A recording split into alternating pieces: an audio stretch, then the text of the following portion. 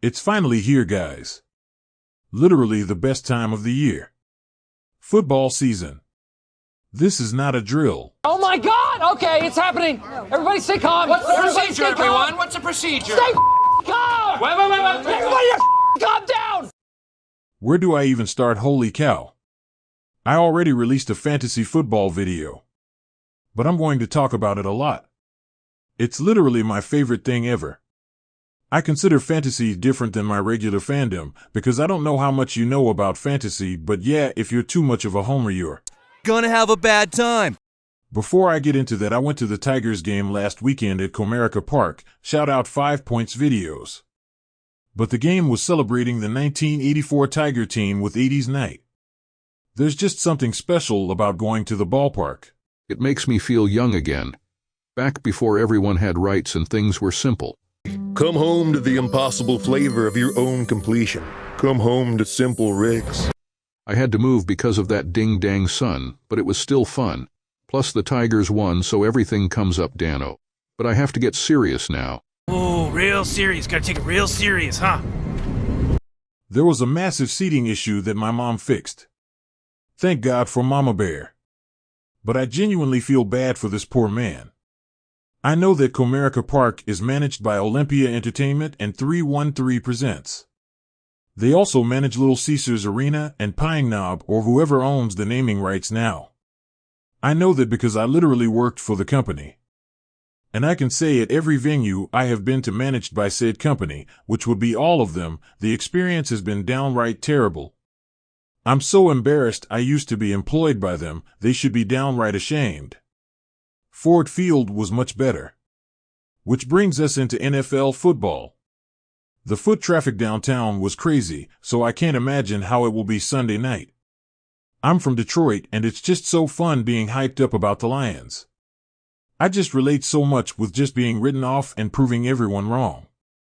That's exactly what they said about Jared Goff. Oh, he's just a game manager. He's not elite. Well, that game manager lights up the league. So keep disrespecting him, it's clearly helping. And the running game? Gibbs and Monty? Are you kidding me? I mean, come on. You have the speedster with Gibbs, and then Montgomery runs like he has sand in his pockets. Just always downhill and so smash mouth. Hey now.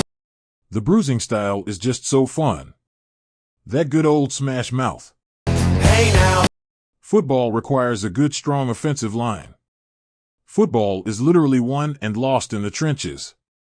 Football really just comes down to moving and the other team trying to stop you. And the Lions are very good at moving people. I mean, look at Penei Sewell. The man is just so dominant, and there's no reason a man that big should be that fast.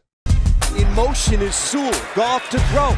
Wants to throw it to Sewell. He caught it. Penei Sewell with a first down.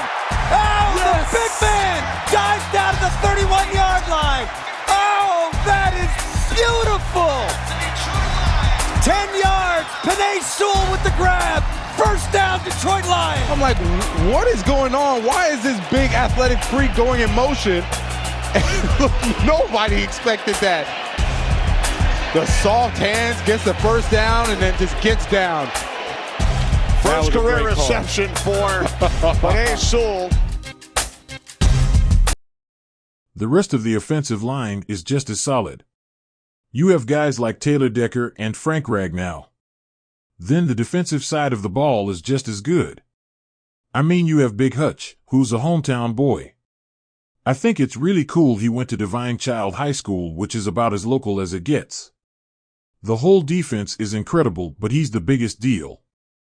I have to bring up Calvin Johnson or Megatron, but words really don't do him justice.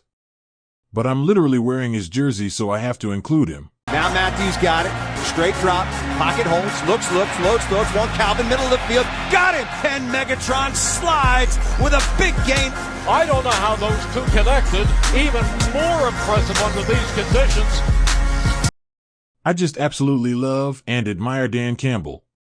It's so nice the Lions finally have someone at the helm who knows what they're doing. I really hate talking about this guy. What the fuck are you gonna do with a pencil on a laminated sheet of paper? God, he really tried his best to run this franchise into the ground. But as a kid who didn't know better, I was kind of embarrassed by the Lions' lack of success, but I have since learned football is about more than winning and losing. But I decided to choose the Dallas Cowboys to cheer for, because in my 4-year-old opinion, they were successful. I'm wearing my Dak Prescott jersey, and I think he gets us ready for the season best. Before I get too distracted, I have to bring this up. I am like a religious follower of the That's Good Sports YouTube channel. I don't have a job, so my life is pretty much just consuming content. It's nice that in June I can still expect the same level of quality and effort he puts in during the season. I just recently had the That's Good Sports Fantasy Draft. I went very high T or high testosterone. I'm ready, Perna. Back to the Cowboys. I have a Zeke jersey as well, so I'm excited to see him brought back. I know he can't eat like this anymore. But we don't need him to with guys like CeeDee Lamb and Jake Ferguson. Outside of Sam Laporta, I'd say he's in the running for that second best tight end spot.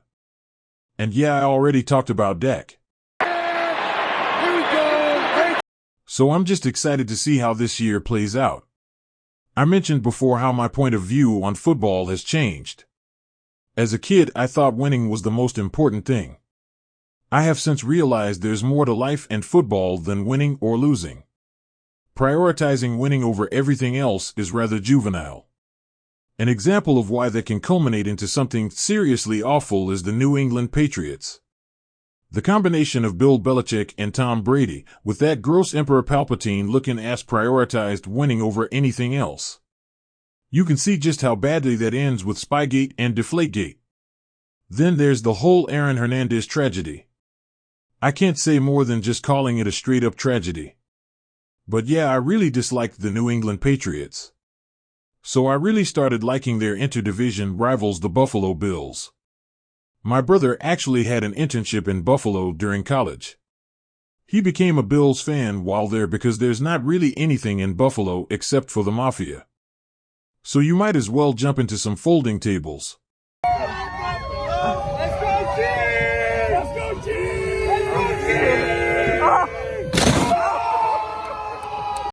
Or cover yourself in condiments.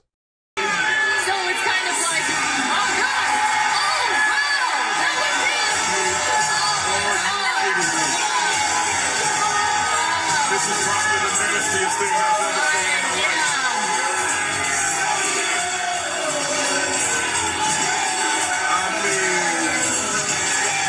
What exactly? That's a lot of build-up for not much. That's an excellent.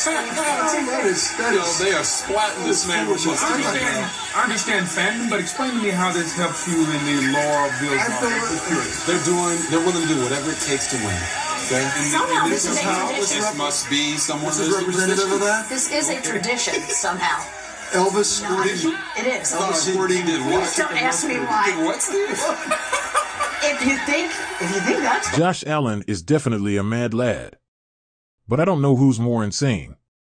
Is it Josh Allen? Or Bill's Mafia?